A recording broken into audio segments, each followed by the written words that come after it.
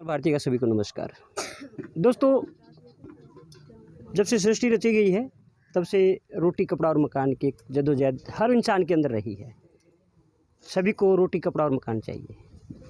और आज हम एक ऐसे विषय पे खटकड़ गांव के प्रवासी मजदूरों के बीच में भट्टे पे पहुंचे हैं, जहां एक हमारी बहन राजबाला, जिन्होंने की अपनी सोसाइटी जय माता सरस्वती सोसाइटी, राजबाला जी इनके प्रधान हैं, उनके साथ निर्मला जी हैं, वो यहाँ की सेक्रेटरी है इस संस्था की। ये कहीं कपड़े वितरित कर रहे थे। हमने आते देखा कि क्यों ना इनकी खबर बनाई जाए। खबर बनाने का हमारा एक मकसद ये है, आज कहते ना जो दिखेगा वो बिकेगा। समाज के अंदर कोई करता हुआ दिखाई देता तो एक रीस होती है इंसान के अंदर, और वो रीस एक जुनून बन जाती है। आज हमने इनको कहा कि बहन जी आप क्या कर रहे हैं। उन्होंने कहा कि हम यहाँ छोटे प्रवासी मजदूरों को वस्त्र वितरित करेंगे, गर्म वस्त्र, क्योंकि माँ की ममता जो होती है ना वो देखते हैं।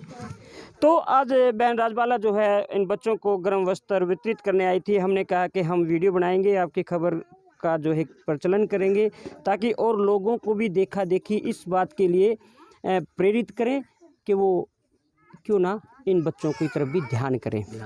मैं इनके माता पिता को भी ज़रूर कहूँगा, अपने चैनल के माध्यम से यहाँ मौजूद हूँ, कम से कम आपका जो अनपढ़ता के कारण या गरीबी के कारण जो दिन निकल गए, आप इन बच्चों की तरफ थोड़ा ध्यान दें।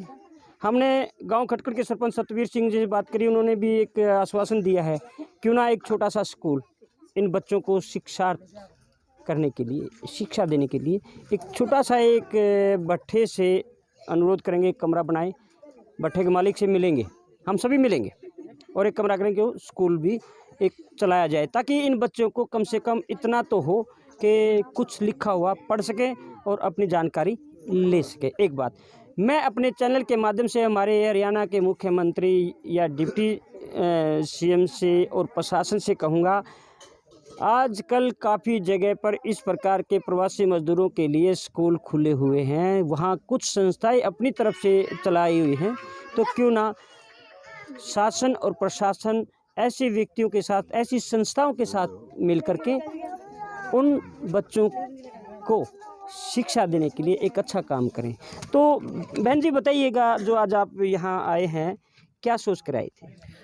यही है जी कि मतलब जो आदमी इतनी मेहनत करते हो और उन बच्चों के लिए कपड़े तक नहीं आ सकते उनके पास, तो उनकी मदद के लिए हम यहाँ पे आए हैं। मतलब कोई बच्चा बिल्कुल नंगे पैर है, कोई नंगे शरीर से ही नंगा है, उन सब की मदद, अपने थोड़े से ध्यान की वजह से उनको हम ये उनका शरीर ढकना चाहते हैं। तो क्या लगे आपने, कैसे ये भावना कैसे उत्पन्न हुई? ये छोटे बच्चे हैं, शरीर से भी कपड़ा नहीं है, पैरों में जुतियाँ नहीं है। हाँ जी, ये ऐसा है जी, हम कहीं पे घूमने जाते हैं, जैसे शाम को निकल गए तो वहाँ पे देखते हैं गरीब बच्चे हैं, कहीं झुग्गियाँ लगी हुई हैं, कहीं पे ऐसे भी बच्चे हैं जो मांग के खाते हैं। उन बच्चों को सुबह सुबह मांगने के लिए घरों में ही आ जाते हैं। तो उनको देख देख के हमें और कुछ हमारे पूर्वजों से ये सीख मिली है हमें कि वो करते थे, तो हमें भी ये इस चीज़ पे मतलब रास्ते पे चलने का थोड़ा मन हुआ, भी हम भी कुछ अगर किसी के काम आ सकते हैं तो ये बढ़ावा हम करें। कितने समय से कर रहे हैं आप ये मैं वैसे तो जी 15-16 साल से कर रही हूँ, बाकी मतलब ज़्यादा अभी करने लगी हूँ 1.5 साल से। बाकी 16 साल से मैंने गरीब लड़कियों को फ्री सिलाई सिखाई है अपनी तरफ से। वैसे तो निर्मला जी आप इनके साथ सहयोगी हैं, सेक्रेटरी हैं, नीलम जी हैं, आप इनके साथ सेक्रेटरी हैं, और कंधे से कंधा मिलाकर और किस प्रकार के प्रयास करने चाहिए आपकी संस्था ने, और संस्था को सहयोग करने के लिए आमजन को कैसे आना चाहिए?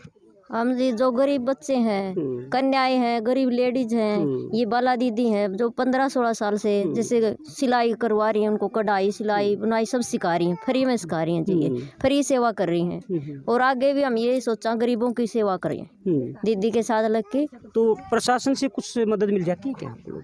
नहीं जी, अभी कुछ नहीं। तो गाँव से सरपंच हैं सतवीर सिंह जी, बताइएगा कि इस प्रकार जैसे इन बहन जी ने वस्त्र वितरित कर रहे हैं, आज इनको बच्चों को कपड़ा लता दे रहे हैं, क्या जिस गांव में भट्टे हैं उन गाँव वासियों ने भी कुछ सोचना चाहिए इन बच्चों के लिए। हाँ जी, गांव वासियों ने भी बिल्कुल सोचना चाहिए। जैसे ये बहन वहाँ से जींद से चल के आई हैं, जी।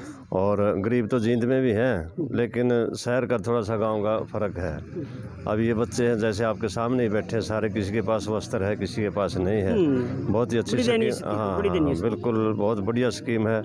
इनका हम स्वागत करते हैं। और मेरी तरफ से ही मैं चाहूँगा, अगर भट्ठा माले के कमरा बना दे यहाँ, हम पंचायत की तरफ से एक टीचर लगा देंगे जो 2-4 घंटे इनको पढ़ाए। कम से कम इनको इतनी नॉलेज तो आएगी, कपड़ा पहनने की, बोलने की, चालने की, अपने पेरेंट्स के बारे में इनको नॉलेज हो, और ये पता लग जाए भाई हम नगर से ये चीज़ लेके आनी है, दुकान से ये चीज़ लेके आनी है।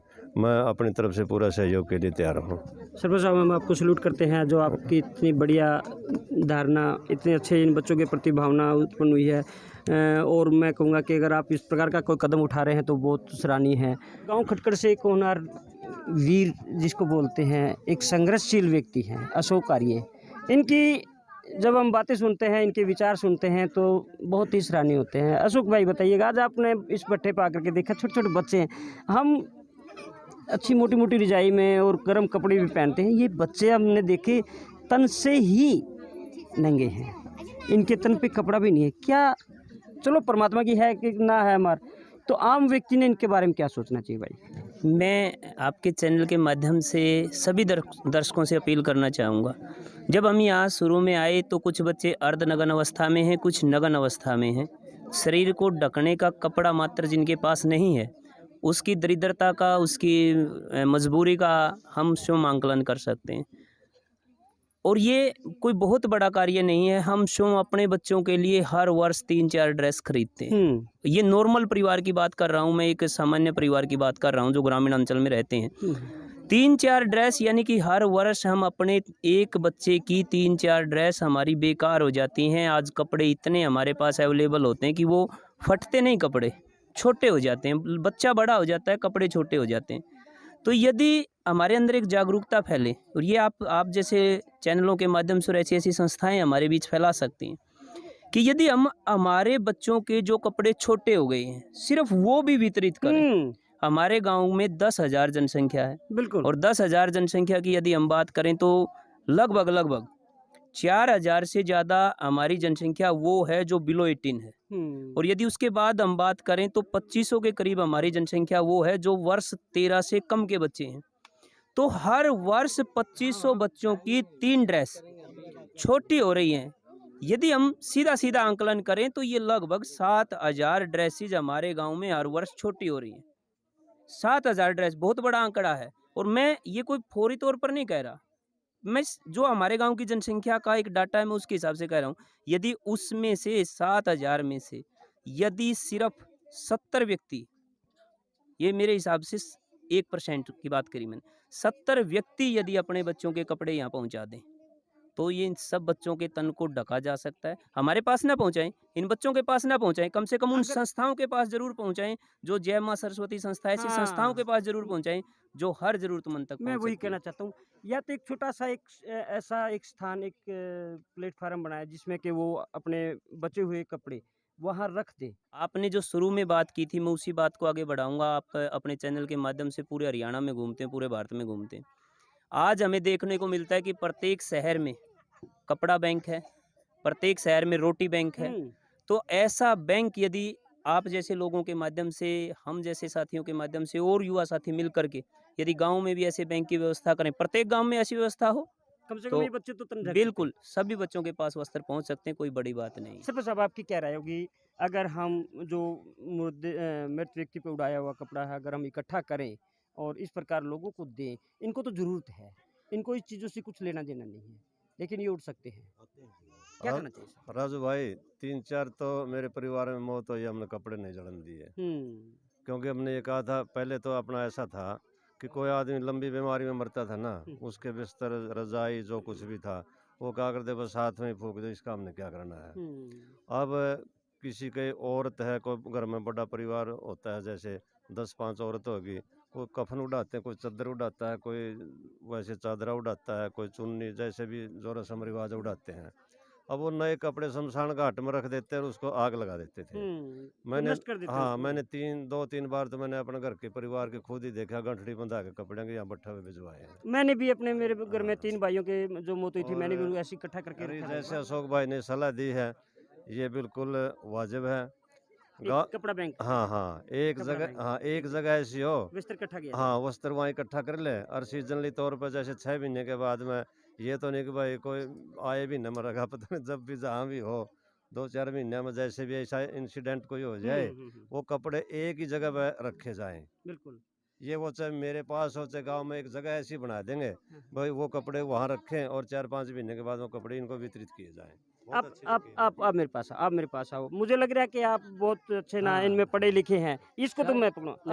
अच्छा सुनो, सर कुछ बोलना चाहते हैं? हाँ आप बोलना चाहते हो, सुनो। जी हाँ, आराम से बोलिए। आप लोग अनपढ़ता के कारण या गरीबी के कारण दिन रात मान लो पूरी उम्र आप लोगों ने पथेरे में, जो पूछा जाओ वही बताइए। पथेरे में जिंदगी आपने व्यतीत कर दी। हाँ जी अब जो ये छोटे छोटे बच्चे हैं, कम से कम इनकी तरफ थोड़ा सोचिए आप। सर, इसमें सोच सरकार का है। अच्छा, आपका कुछ नहीं है? क्यों सर? हाँ, हमको यहाँ है कि हम बच्चे को पढ़ाएं। मेरा सरकार क्यों के भाव देता है? ये भट्टी का मालिक ऐसा है कि हम लोग को बचा लेता है। कदम है बहन राजबाला का, आप ये आपके गांव खटकर से ही हैं, तो क्या लग रहा है ये आपको? कदम बहुत सराहनीय है। हाँ। मैं तो पहले भी बोला कि मैं तो मेरे तो ऊंचा था, कुछ ऊंचाई पे खड़ा हो गया। पूरे गांव को थैंक्स करना चाहिए। हाँ जी, हाँ जी। ऐसी जो संस्था है इससे एक सीख भी पैदा होती है हमारे गांव में। बिल्कुल बिल्कुल। यदि नए नहीं दे सकते, जैसे आपका क्या कदम होगा? मेरा ये कदम होगा, जैसे मैं अपने बच्चों को भी सिखा रखा है क्या साल योगदान में। करोगे? हाँ बिल्कुल, जो पुराने कपड़े हैं हाँ हाँ हाँ। जो पहनने लायक हैं हाँ, हाँ। उनको हम भट्ठों में पहुंचाते रहे, पहले भी पहुंचाते रहे हर सर्दी में, वो आगे पहुंचाते रहेंगे इनके पास। मैं मेरे चैनल के माध्यम से सभी महिलाओं को, जो भी मेरी इस खबर को देख रहे हैं, कहते हैं बच्चा भगवान का रूप होता है, एक बार इनको भगवान मान करके देखिएगा। मंदिरों में प्रसाद चढ़ाने से पहले थोड़ा प्रसाद इनको भी दे करके देखिएगा। अपने बच्चों की जो वस्त्र, आप कपड़ा लत्ता लेकर के आते हैं, ड्रेसें लेकर के आते हैं, कम से कम अगर आप नई नहीं खरीद सकते तो पुरानी ड्रेस इन बच्चों के लिए एक जगह कर दो। हम कोशिश करेंगे खटखट गांव में एक छोटा सा एक ऐसी जगह जहां कपड़े, जो पुरानी ड्रेसें इकट्ठी की जाएं और इस प्रकार भट्ठे पे जो प्रवासी मजदूर रहते हैं उनको दी जाए। मेरे साथ ये छोटे छोटे बच्चे आप देख रहे हैं, मेरे को बड़ी तरसना आई और मुझे लग रहा है कि मेरे भी बच्चे ऐसे ना हो। आप भी सोचिए कि ये बच्चे भी हमारे बच्चों जैसे हों। जहाँ ये सोचते मेरे बच्चे ऐसे ना हो, तो ये सोचिएगा प्लस पॉइंट है कि कम से कम मेरे बच्चों जैसे ये बच्चे भी हों। तो आइए मिलजुल कर एक पहल करें, इन बच्चों को शिक्षा देने की, इनके तन पे कपड़ा ढकने की। ये मजबूरीवश पता नहीं क्या खाते हैं, क्या पीते हैं और कैसे रहते हैं, वो हमने देख लिया है। तो इसी प्रकार की खबरों के लिए राजकुमार भारती से मिलते रहे। मैं इस प्रकार की खबरें आपको फिर दिखाता रहूँगा। तो मैं एक बार भट्ठे मालिक भाई साहब, मुंशी जी बताइएगा कि क्या क्या कदम भट्ठे वालों में नहीं उठाना चाहिए? कम से कम आप लोग को देखना चाहिए, क्या करना चाहिए? देखते हैं जी, हम तो जो भी है इनकी आवश्यकताओं पूरी करते हैं जी। हाँ, हाँ। जो भी आवश्यकताएं पूरी करते हैं, शिक्षा के बारे में भी सोचते हैं इसके बारे में। अच्छा। फिर क्या करें जी, यहाँ माहौल वातावरण के अनुसार बना लो माहौल वातावरण बनाएंगे जी। बना लो। हम भी पढ़े सरपंच लिखे साहब, हैं आपके गांव के सरपंच साहब हाँ, कह रहे हैं हाँ, कि एक छोटा कह रहे कमरा बना दीजिएगा आपके हाँ, पास। बना अरे देंगे जी। राजे घर में मोती तोड़ा कहाँ है? बिल्कुल बिल्कुल जी, ठीक है, ईंटें हैं आपके पास, बना दे कमरा बना और देंगे जी। बच्चों को जो ना यहाँ शिक्षा मिल जाएगी, कम से कम पढ़ना लिखना। कह रहे सहयोग कर रहे हैं आप। हाँ, बना देंगे, कमरा बनवा देंगे जी। ठीक है दोस्तों इस खबर को एक महज एक खबर मत समझना। आइए मानवता को शर्मसार होने से बचाएं। हम अपने लिए जीते हैं, अपने लिए कमाते हैं, अपने लिए खाते हैं। एक कदम ऐसा भी जो इन तन से नंगे बच्चों के लिए उठाएं। एक कदम ऐसा इनको शिक्षा देने का काम करें। एक कदम ऐसा इनका तन ढकने और पेट भरने का भी काम करें। क्यों ना हम दानों से मानव बने और मानवता को आगे बढ़ाएं। इस प्रकार के लोगों की अगर हम मदद करते हैं तो परमात्मा हमारी भी मदद करता है। अगर हमारे को परमात्मा ने थोड़ा बहुत कुछ दिया है तो आइए हम कुछ हिस्सा इन प्रवासी मजदूरों के साथ, इस प्रकार से के बच्चों के साथ भी बिताएं। इनकी भी मन में बहुत बड़ी बड़ी ख्वाहिश होती हैं, एक तमन्ना होती है। आइए इनकी ख्वाहिश हम सब मिलकर पूरी करें। जैसे कि आप देख रहे हैं, भट्ठा प्रवासी मजदूरों के साथ साथ जो है गांव में भी कुछ महिलाएं ऐसी हैं जो किसी भी प्रकार का उनको रोजगार या सहयोग नहीं है। तो जय मां सरस्वती सोसाइटी द्वारा जो है गांव की महिलाओं को भी कंबल वितरित किए गए। तो नमस्कार, मैं लेता हूं अब इजाज़त। फिर ऐसी कोई खबर होगी तो मैं राजकुमार भारती को दें इजाज़त। नमस्कार।